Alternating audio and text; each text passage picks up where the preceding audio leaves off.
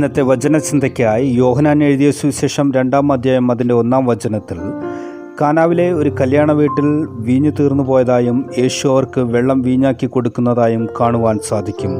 പ്രിയരെ, ഈ വീട്ടിൽ കല്യാണാഘോഷത്തിൽ പെട്ടെന്ന് വീഞ്ഞു തീർന്നു പോയപ്പോൾ അവർ നേരിടുന്നതായ പ്രയാസം എത്ര വലുതായിരിക്കും എന്ന് ചിന്തിച്ചു നോക്കുക.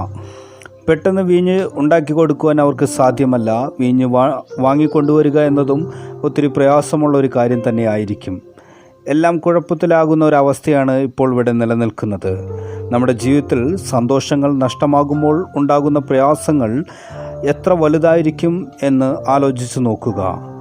പ്രിയരെ, നിങ്ങളുടെ ജീവിതത്തിൽ നല്ല ജോലികൾ, നല്ല വരുമാനം, നല്ല ബന്ധങ്ങൾ, നല്ല കുടുംബജീവിതം, സമാധാനപരമായ ജീവിതം ഇവയെല്ലാം ഇല്ലാതാകുമ്പോൾ നമ്മുടെ അവസ്ഥ എവിടം വരെ എത്തി നിൽക്കും, എങ്ങനെയുള്ളതായിരിക്കും എന്ന് നാം നോക്കുമ്പോൾ, എല്ലാം നല്ലതായിരിക്കുമ്പോൾ നമ്മെ സഹായിക്കുവാനും നമ്മെ ഉപദേശിക്കുവാനും നമ്മുടെ കൂടെ നിൽക്കുവാനും പല ആളുകളുണ്ടായിരിക്കും. പക്ഷേ എല്ലാം തകർന്ന അവസ്ഥയിലായിരിക്കുന്ന ഒരു വ്യക്തിയെ സഹായിക്കാൻ ആരും തന്നെ ഉണ്ടാകുകയില്ല. നിൻ്റെ ഏതവസ്ഥയിലും നിന്നെ സഹായിക്കുവാൻ യേശു മാത്രമായിരിക്കും നിൻ്റെ കൂടെ ഉള്ളത്.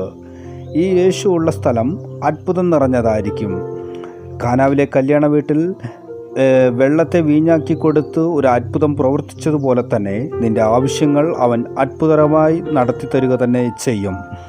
അത് കാണുന്നവർക്കെല്ലാം ഒരു വലിയ മഹാ അത്ഭുതം തന്നെ ആയിരിക്കും.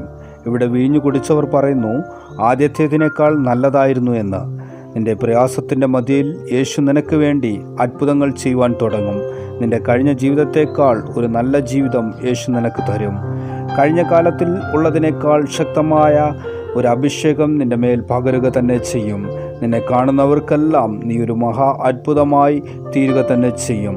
അതുകൊണ്ട് തന്നെ ഈ യേശുവിൻ്റെ കരങ്ങളിലേക്ക് നമ്മുടെ ജീവിതം സമർപ്പിക്കാം. ഈ വചനങ്ങളാൽ ദൈവം നിങ്ങളെ ഓരോരുത്തരെയും അനുഗ്രഹിക്കുമാറാകട്ടെ. ആമേൻ.